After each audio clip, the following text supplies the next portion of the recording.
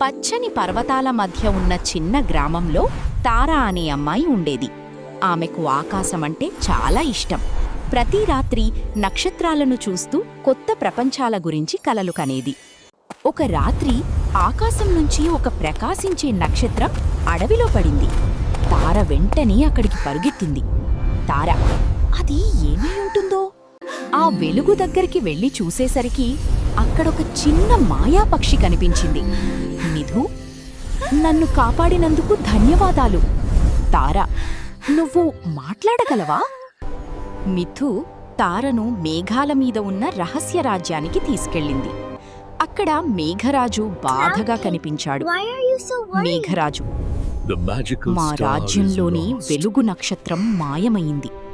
నక్షత్రం లేకపోవడంతో మేఘాల రాజ్యం చీకటిగా మారుతోంది. వర్షాలు కూడా ఆగిపోయాయి. తార ఆ నక్షత్రాన్ని వెతికి తెచ్చేందుకు ముందుకొచ్చింది. తార, నేను సహాయం చేస్తాను. తారా మరియు మిథు ఒక చీకటి గుహలో నక్షత్రాన్ని కనుగొన్నారు.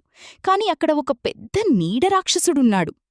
తార తన లాకెట్ వెలుగుతో రాక్షసుణ్ణి శాంతింపజేసింది.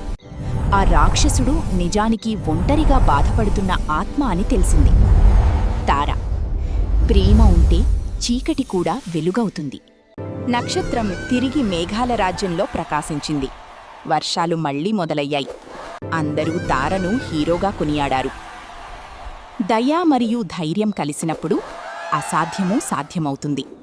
హాయ్ ఫ్రెండ్స్, మన మ్యాజికల్ స్టోరీస్ మీకు నచ్చితే లైక్, షేర్, సబ్స్క్రైబ్ చేయండి.